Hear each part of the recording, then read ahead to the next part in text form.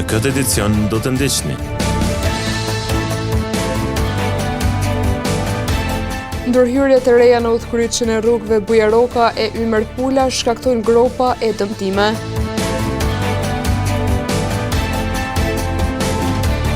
Restaurimi i kullës së Sulejman Vokshit në cilën fazë ndodhen aktualisht.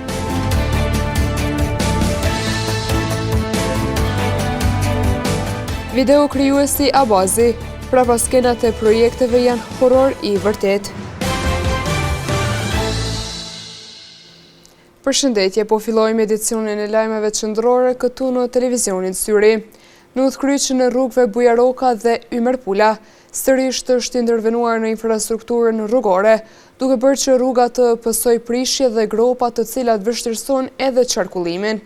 Gropat e shkaktuara nga ndërhyrjet janë aq të dukshme dhe të njëjtat sidomos gjatë kohës mëshim mund të mbulohen dhe të shkaktojnë probleme të mëdha në komunikacionin rrugor.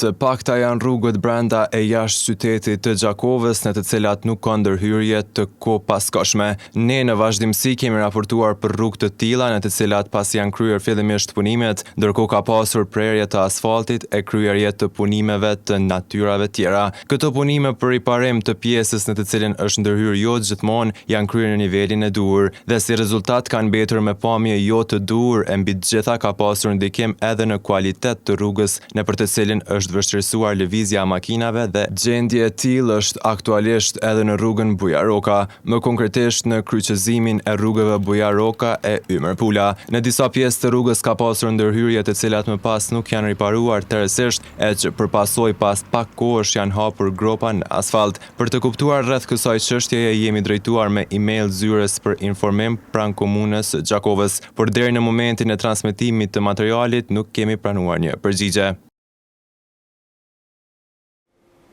Meriton Binakaj është modeli më i mirë i personave me aftësi të kufizuara që vazhdimisht punon në ngritjen e tij profesionale. Aktualisht ai po vazhdon studimet postdiplomike me qëllim që profili i tij arsimor të jetë sa më i kompletuar për të pasur pastaj një vend pune sa më stabil. Meriton Binakaj është i riu nga Gjakova që edhe përballja me aftësi të kufizuara nuk ja ka ndalur qëllimet që ka në jetë dhe punën e vazhdueshme për sukses. Pas përfundimit të studimeve bachelor në Universitetin Fehmi Agani në Gjakov, ai po vazhdon studimet në Universitetin Haxhi Zeka në Pej. Ai u shpreh se ballafaqohet me sfida të ndryshme, një ndër to transporti publik për persona me aftësi të kufizuar, për të cilën tha se shteti nuk po bën atë që duhet në këto drejtim. Së pari kam fillu studimi këtu në Universitetin Fehmi Agani, në Fakultetin e Shkencave Sociale, e cila është kujdesit dhe mirëqenia sociale. Pas asaj kam pa të arsyeshme që me vazhdu studimet për master, ku tani jam në Universitetin e Haxhi Zeka, duke vazhdu studimet menaxhment biznesi, e cila është menaxhimi i burimit njerëzor fakulteti. Ka sfidat janë të ndryshme, për arsye që është së pari ka mungesë transportit publik për persona me aftësi të kufizuara. Shteti nuk është të bëjë shumë këtë drejtim, por nuk do të më ndalë. Tutje Binakaj ka treguar edhe për synimet që ai ka në vazhdimsi. Synimi im është të vazhdoj sa më shumë, edhe të arrijë që jemi barabartë me tjerë, që të punësohem, të zhvilloj karrierën time, edhe të mund të ndihmoj të tjerët, të jem motivues, se përshojmë që po ka shumë sfida, edhe besoj që kjo pa ka shumë, që kam po du më arrit për veten time. Binakaj përfund dha mesazh të gjithë që të mos ndalen asnjëherë përkundër sfidave me të cilat ballafaqohen dhe se mbështetja nga familjarët e shoqëria është e domosdoshme në mënyrë që të lehtësohet sa më shumë rruga jetësore. Sëmundja e zemrës mund të prek njerëzit dhe çdo moshe. Ekzistojnë disa forma të parandalimit të sëmundjeve kardiovaskulare. Kardiologu Seiran Abdushi, duke përmendur disa prej tyre, ka thënë se ato janë shumë të thjeshta për secilin njeri, por shumë efektive për të shpëtuar nga sëmundjet e zemrës. Sëmundjet kardiovaskulare janë sëmundjet që prekin zemrën, duke qenë shkaktar numër 1 i vdekjeve në të gjithë botën. Profesor Dr. Seiran Abdushi, kardiolog, është shprehur se është e çuditshme që në popullatën e re të ketë rritje të madhe të sëmundjes së vjetërsisë. Sëmundjet kardiovaskulare Jo vetëm të na, po konkret botën janë shkaktari numër 1 i vdekjeve. Në Kosovë që ma parë, për arsye se kemi popullatën më të re, e për çudi, vdesim nga smundja e pleqve. Se smundjet kardiovaskulare janë smundjet që prekin zemrën dhe enët e gjakut, shumica dërmuese e këtyne për bazë kanë aterosklerozën, që është praktikisht mënyrë të drejt për drejt me thonë plakja e enëve të gjakut. Dhe është e çuditshme se si në një popullat të re, kemi një rritje kaq të madhe të smundjes së vjetërsisë. Tutje kardiologu Abdushi ka bërë të ditur se parandalimi është eti rëndësishëm dhe se në vitet e kaluara, parandalimi ka qenë më mirë se sa që është tash. Nëse shihni këtë, kemi një rritje. Dhe incidenca nuk është pasojë e mjekimit klinik, po është pasojë e parandalimit. Kjo flet se ne në të kaluamën e kemi pas parandalimin më mirë se sa që e kemi sot. Prandaj e kam pasur arsyeshme të merrem me këtë. Se pa e nalë parandalimin, pa e nalë incidencën e smundjeve kardiovaskulare, rezultatet tona nuk do të jenë të mira. Ndërhyrjet në stil të jetesës duke filluar nga aktiviteti fizik, zgjedhja e ushqimit të shëndetshëm e të tjera, domosdoshmërisht ndikojnë në zvoglimin e incidencës së sëmundjeve kardiovaskulare. Ndërhyrjet në këtë stil të jetesës, tu fillu prej aktivitetit fizik, tu fillu prej zgjedhjes së ushqimeve të shëndetshme, eliminimit të stresit, domosdoshmërisht do të çojnë në zvoglimin e incidencës së smundjeve kardiovaskulare. Pra si po e shihni, këto janë shifra, vlera dyshifrore. Pra ndikimet janë të mëdha. Dhe një modifikim i mirë i këtyre faktorëve të rrezikut, pra një sjellje e mirë e jetesës, do të arrijë ta zvogloj incidencën e smundjeve vaskulare dhe kardiovaskulare dhe vdekshmërinë nga këto smundje deri në 80%. Mes tjera është kardiologu Abdushi tha se është jetë rëndësishme që qysh në moshë të re të filloj edukimi shëndetësor. Kërkesë e madhe për koronarografi.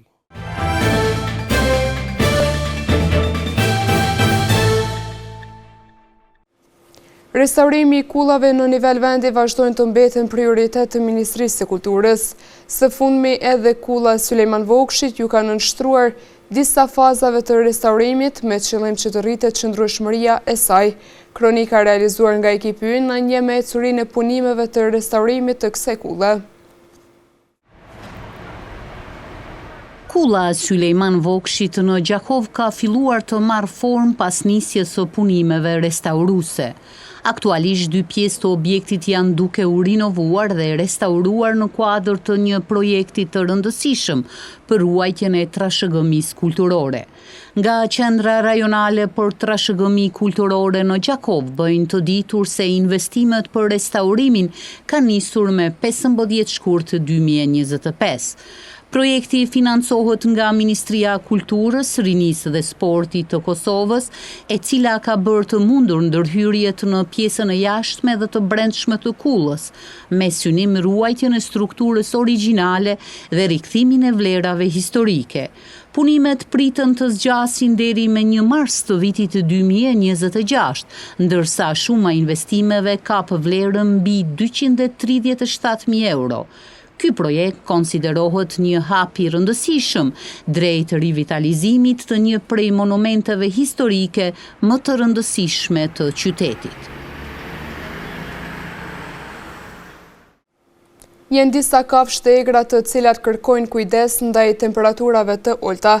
Është shumë e rëndësishme mbrojtja dhe kujdesi i kafshëve të egra gjatë sinës së dimrit, e kjo mund të bëhet duke zbatuar strategji të ndryshme mjedisore. Fotografi i botës së egër Blerim Gjoci thotë se fotografimi i kafshëve të egra gjatë sinës së ftohtë është më i vështirë për shkak të shumë arsyeve që përballen këto kafshë gjatë kësaj periudhe. Fotografi i botës së egër Blerim Gjoci thotë se ndryshimet klimatike kanë ndikuar që shumë shpesë të mos migrojnë më në vendin tonë. Sipas tij edhe llojet e shpesëve që zakonisht qëndrojnë gjatë dimrit, tashmë nuk po qëndrojnë më. Problem tjetër është pak ndryshimet klimatike, kanë bërë që shumë lloje të shpesëve që mos migrojnë më në vendin tonë. dikun rreth 90 deri 130 mos gabofsha vinë në vendin tonë gjatë dimrit, jo gjitha nalen, sepse kushtet atmosferike e bëjnë veten. Na kujtohet një kohë kur Pulbardha këtu ka qenë sikur shpend i zakonshëm. Domethënë çdo vend ke po me qindra, tani nuk e sheh nashta 1, 2, 3 shumë pak. Koha dallandyshe ka qenë shumë e madhe, tash janë shumë pak. Kjo po ndodh për shkak unë mendoj që mos mbajtjes së kafshëve dhe shpesëve nëpër shtëpia. Gjoci thot se gjatë stinës së dimrit, kafshët e egra janë vazhdimisht në kërkim të ushqimit dhe për këtë arsye zgjedhin vende më të veçanta e më të sigurta. Tash kafshët rrinë me një vend, vetëm në raste emergjente dalin. Shumë kohë për shkak të energjisë, sepse çdo lëvizje aty hup energji shumë madhe, edhe për shkak të mos konsumimit të ushqimit, sepse tash s'kan ushqim të mjaftueshëm, sepse bora bën veten, është një sfidë për ta, por bazë gjurmëve dhe kur i di pozitat ku rrinë, e ka mundësinë më të madhe me shku me fotografu aty ku janë. Domethënë është pak e vështirë, po e bëj edhe ato. Ai shton se kushtet për fotografimin e tyre janë bërë edhe më të vështira, pasi në male ka borë dhe terreni është i rënduar. Gjatë dimrit, unë jam shumë aktiv, sepse kam shumë atlet që të gjoj prejnë për gjujve i parë në thojza, edhe është ma let fotografimi, a deri te ardha e fotografimit është një punë shumë e zërshme tash, sepse bora është e paparashikueshme, nër borë gjindë të drunit që shat hes me metrat e poshtë edhe kështu guri ku ta diun tjera, po sido që tjetë të jenë pjesë e punës teme. Megjithatë, sipas tij, vetëdijësimi për mbrojtjen e kafshëve të egra ka filluar të rritet në vendin tonë, edhe pse ende ka raste që ato sulmohen. Mateo Abazi është një nga të paktët të rinj që merret me krijimin e filmave shqiptar.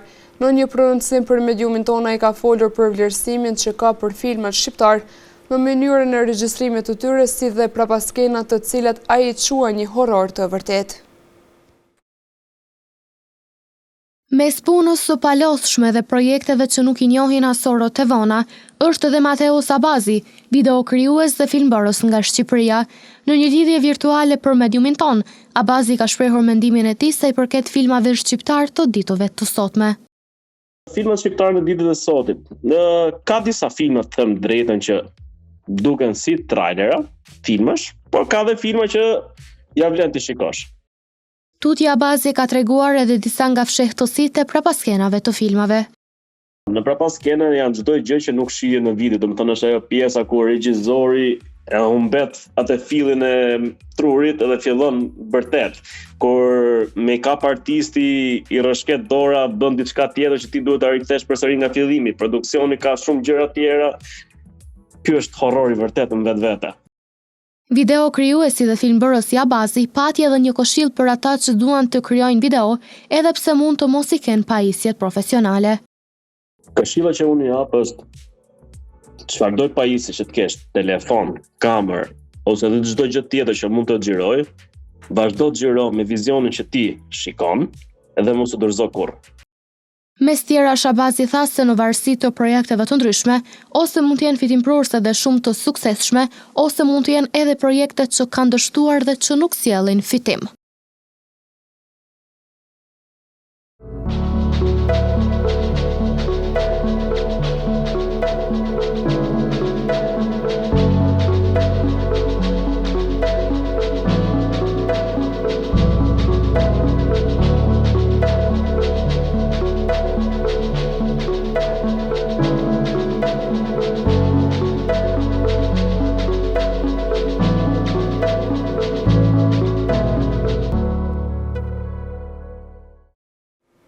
Para se të ndajmë të ndjekim edhe një herë titull kryesor të këtij edicioni.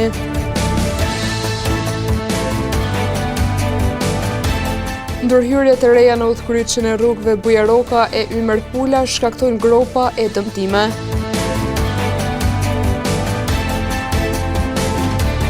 Restaurimi i kullës së Sulejman Vokshit në cilën fazë ndodhen aktualisht.